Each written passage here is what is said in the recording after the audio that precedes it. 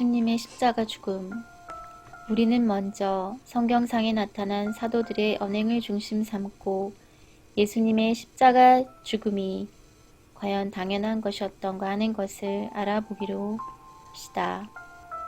사도들이 예수님의 죽음에 대하여 공통적으로 느낀 뚜렷한 하나의 정념이 있었으니 그것은 그들이 예수님의 죽음을 억울하게 여김으로 분개하고 서러워했다는 것입니다.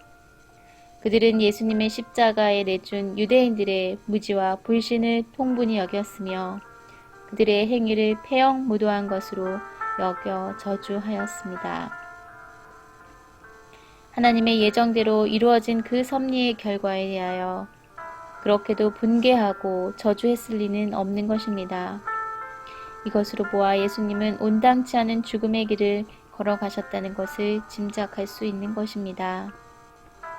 우리는 하나님의 섭리로 보아서 예수님의 십자가 죽음이 과연 하나님의 예정에서 되어진 필연적인 결과였던가 하는 것을 알아보기로 합시다. 하나님은 아브라함의 후손에서 이스라엘 선민을 부르시어 저들을 보호 육성하시고 때로는 그들을 고난과 시련으로써 인도하셨습니다. 그리고 많은 선지자들을 그들에게 보내시어 위로하시며 장차 메시아를 보낼 것을 굳게 약속하셨던 것입니다.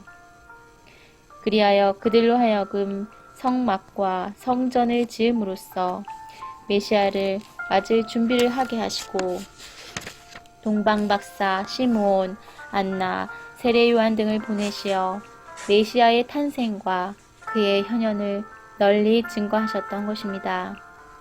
특히 세례요한에 대해서는 그가 잉태될 때 천사가 나타나서 증거한 사실을 유대인들이 다 알고 있었고 그가 출생할 때에 되어진 기사는 당시에 유대 성중을 크게 놀라게 하였을 뿐만 아니라 광야에 있어서의 그의 수도 생활은 모든 유대인들로 하여금 그가 메시아가 아닌가 하고 생각할 정도로 놀랄 만한 것이었습니다.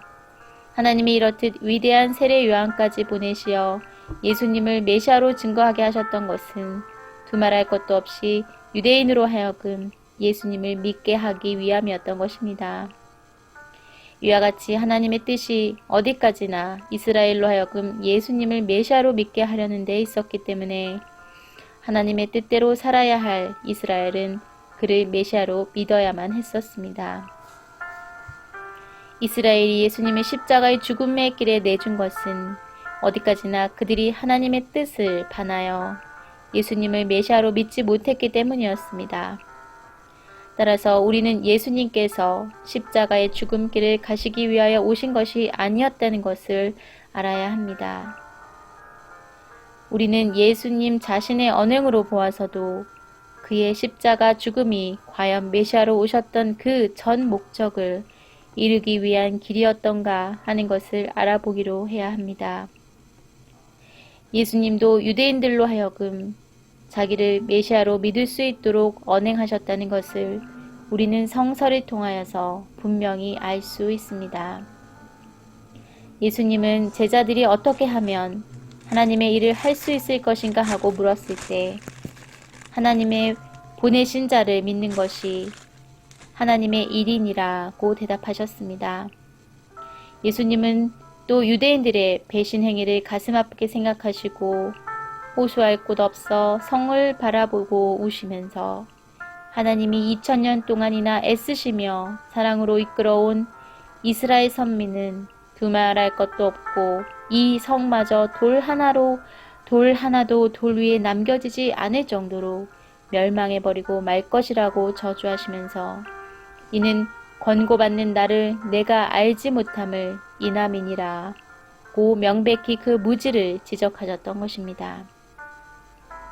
그뿐 아니라 예수님은 예루살렘아 예루살렘아 선지자들을 죽이고 내게 파송된 자들을 돌로 치는 자여 암탉이 그 새끼를 날개 아래 모음같이 내가 내 자녀를 모으려 하니리 몇 번이냐 그러나 너희가 원치 아니하였도다 라고 하시어 그들의 완고와 불신을 한탄하셨던 것입니다.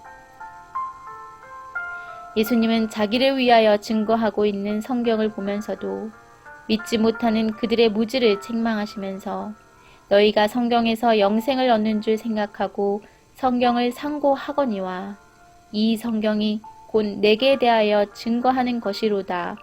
그러나 너희가 영생을 얻기 위하여 내게 오기를 원하지 아니하는도다 라고 슬퍼하셨습니다. 예수님은 그들의 불신을 돌이키시기 위하여 얼마나 많은 이적과 기사를 보여주셨습니까? 그러나 그들은 그 놀라운 일들을 보면서도 예수님을 바알세불이 접한 자라고 비난하지 않았습니까? 그리고 이러한 비참한 정경을 보시는 예수님은 때로는 나를 믿지 아니할지라도 그 이름 믿으라. 그러면 너희가 아버지께 내 안에 계시고 내가 아버지 안에 있음을 깨달아 알리라 고도 말씀하셨습니다. 그런가 하면 때로는 그들에게 화가 있으라고 분노를 퍼붓기도 하셨던 것입니다. 이스라엘로 하여금 그를 믿게 하는 것이 하나님의 뜻이었기 때문에 예수님 자신도 이와 같이 저들에게 자기를 믿을 수 있도록 언행을 하셨던 것입니다. 예수님의 십자가 죽음은 그가 메시아로 오셨던 전 목적을 완성하기 위한 예정에서 온 필연적인 것이 아니라 유대인들의 무지와 불신의 결과로 온 것임을 알 수 있습니다. 그러므로 고린도전서 2장 8절의 이 지혜는 이 세대의 관원이 하나도 알지 못하였나니 만일 알았더라면 영광의 주를 십자가에 못 박지 아니하였느니라는 성구는 바로 이 사실을 충분히 증거하고도 남음이 있는 것이라 하겠습니다. 만일 예수님의 십자가 노정이 하나님께서 본래부터 예정하신 길이었다면 그는 당연히 가셔야 할 길을 걸어가시면서 무엇 때문에 할만하면 그 죽음을 자네 명쾌해달라고 3번이나 기도를 올리셨을 것입니까? 실상 그것은 인간이 타락된 이후 4000년 동안이나 하나님께서 이루시려고 애쓰셨던 지상천국이 유대인들의 불신으로 말미암아 이루어지지 않고 예수님이 재림하실 때까지 고난의 역사가 그대로 연장되리라는 것을 잘 알고 계셨기 때문이었습니다. 요한복음 3장 14절에 보면 예수님께서는 모세가 광야에서 뱀을 든 것 같이 인자도 들려야 하니니 라고 말씀하셨습니다. 예수님이 예언하신 대로 그가 돌아가신 후에 이스라엘 선민이 쇠망한 것을 보아도 예수님은 유대인들의 불신으로 말미암아서 십자가에 돌아가셨다는 것을 알 수 있습니다. 이사야 9장 6절 이하에 한 아이가 우리에게 낳고 한 아들을 우리에게 주신 바 되었는데 그 어깨에는 정사를 메었고 그 이름은 기묘자라 모사라 전능하신 하나님이라 영존하시는 아버지라 평강의 왕이라 할 것임이라.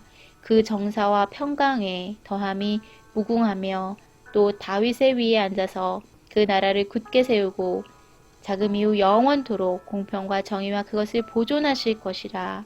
만군의 여호와의 열심히 이를 이루시리라고 기록되어 있습니다. 이것은 예수님의 다윗 왕의 위를 가지고 오셔서 영원히 멸하지 않을 왕국을 세우실 것을 예언하신 말씀입니다. 그러므로 예수님이 잉태될 때도 천사가 마리아에게 나타나서 보라 내가 수태하여 아들을 낳으리니 그 이름을 예수라 하라. 저가 큰 자가 되고 지극히 높으신 이의 아들이라 일컬을 것이요 주 하나님께서 그 조상 다윗의 위를 저에게 주시리니 영원히 야곱의 집에 왕노릇 하실 것이며 그 나라가 무궁하리라 는 말씀을 전하였던 것입니다.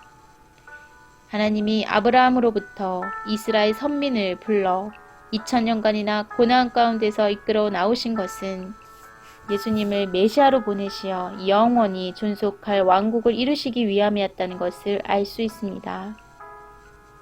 예수님이 메시아로 오셨다가 유대인들에게 몰려 십자가에 돌아가신 후 저들은 선민의 자격을 잃어버리고 지리멸렬하여 오늘날에 이르기까지 민족적인 학대를 받아 나왔습니다. 이것은 그들이 신봉해야 할 메시아를 도리어 살해함으로써 구원 섭리의 목적을 이루시지 못하게 하였던 그 범죄에 대한 벌이었던 것입니다. 뿐만 아니라 예수님 이후 수많은 성도들이 당하여 온 십자가의 고난도 예수님을 살해한 연대적인 범죄에 대한 형벌이었던 것입니다.